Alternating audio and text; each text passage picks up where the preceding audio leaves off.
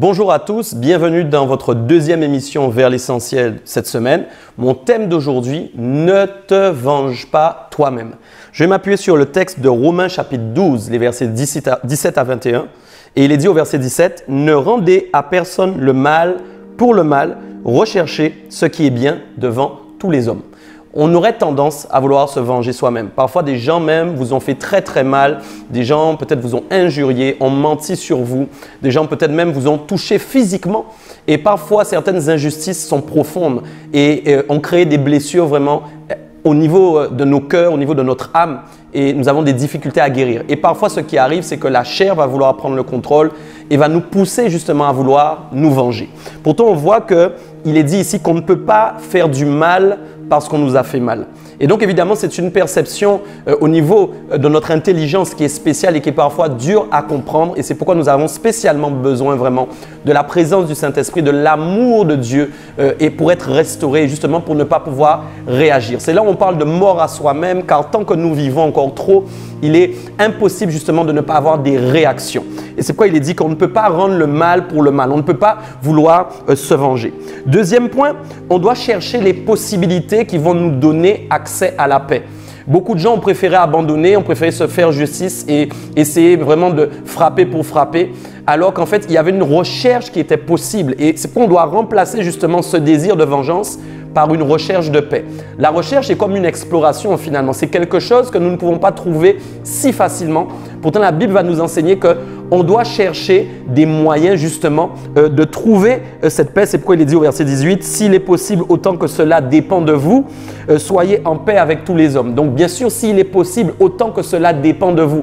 Ça veut dire que ça dépend de vous, ça ne dépend pas forcément de l'autre. Beaucoup de personnes, quand ils ont des conflits, attendent justement que l'autre personne vienne et demande pardon. J'aimerais vous dire que si vous avez la connaissance, si vous entendez ce message, ça veut dire que c'est vous que Dieu attend, c'est votre action que Dieu attend et donc vous devez tout faire pour rechercher cette paix. Troisièmement, il ne faut pas se venger, on disait, c'est-à-dire laisser la colère agir. La vengeance est associée avec une colère qui est en train d'agir, mais au contraire, il faut remplacer par une patience. C'est pourquoi il est dit au verset 19, « Ne vous vengez point vous-même, d'accord, bien-aimés, mais laissez agir la colère, car il est écrit, à moi la vengeance, à moi la rétribution, dit le Seigneur. » Donc le fait d'attendre effectivement que Dieu agisse va nous demander, nous évidemment, de la patience. Mais j'aimerais vous dire que là encore, il y a autre chose que nous devons voir parce qu'il est dit plus loin dans le même verset, justement, regardez bien, au verset 20, « Mais si ton ennemi a faim, donne-lui à manger, s'il a soif, donne-lui à boire, car en agissant ainsi, ce sont des charbons ardents que tu vas amasser sur sa tête. » Beaucoup de personnes ont mal compris ce texte et ont pensé que quand on parle justement des charbons ardents qui vont arriver sur la tête parce que nous patientons que la justice de Dieu se manifeste, en fin de compte, nous sommes en train justement Dieu va écraser ces personnes, Dieu va les détruire. J'aimerais vous dire que Dieu n'est pas venu pour détruire, Dieu est venu pour construire et restaurer. C'est pourquoi il dit juste avant, regardez bien dans le texte, il dit si ton ennemi a faim, donne-lui à manger. S'il a soif, donne-lui à boire. Donc ça veut dire en fait que le temps de patience, c'est-à-dire ce moment où nous attendons finalement que Dieu nous rende justice, c'est un temps où il y a des charbons qui vont commencer à chauffer en fait l'esprit de cette personne à cause des actions en fait que nous sommes en train de porter. Ce que je suis en train de dire, quand tu donnes à manger à ton ennemi, quand tu donnes à boire à ton ennemi, tu es en train en fait de brûler sa conscience. Car il va se dire comment est-il possible par rapport à ce que je lui ai fait qu'ils sont encore capables d'agir comme ça envers moi. Nous parlons donc en fin de compte des charbons qui sont en train de brûler la conscience de l'ennemi et qui vont peut-être le ramener lui-même à une bonne conscience pour qu'il fasse une bonne action. Le but de Dieu, le cœur de Dieu, c'est de ramener ton ennemi dans la bonne voie, pas de le détruire.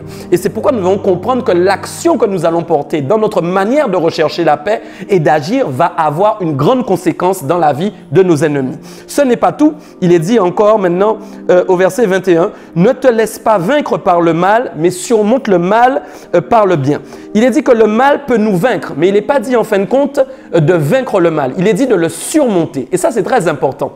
Ça veut dire que si le mal a réussi à atteindre vos cœurs, vous allez être vaincu. Autrement dit, vous avez perdu la guerre. Pas une bataille, mais la guerre. Le diable a réussi à vous détruire. Mais maintenant, il ne dira pas de vaincre le mal. Pourquoi? Parce que le mal peut être transformé en bien. Et c'est là notre force, nous devons avoir la révélation de la parole.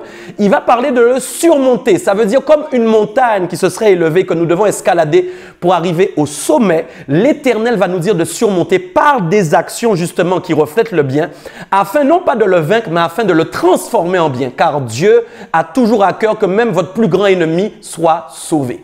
Alors vraiment, soyez encouragés. Je te demande vraiment aujourd'hui, toi qui m'écoutes, toi qui me regardes, de cibler ceux qui te font du mal et de commencer à porter des actions que eux-mêmes ils ne vont pas comprendre. Les charbons ardents vont commencer à réchauffer leur esprit. Ils vont se poser des questions. Ils vont dire, mais qui est cette personne? Nous ne comprenons pas qu'elle est capable d'agir de cette manière. Et vous allez voir, tu vas voir que tu vas être étonné, car tu es appelé à transformer le mal en bien. Alors, je te souhaite une grande réussite dans ce domaine cette semaine. Vraiment, amasse des charbons ardents qui vont transformer le mal en bien. Et je te dis à demain pour notre 3e émission. Soyez bénis.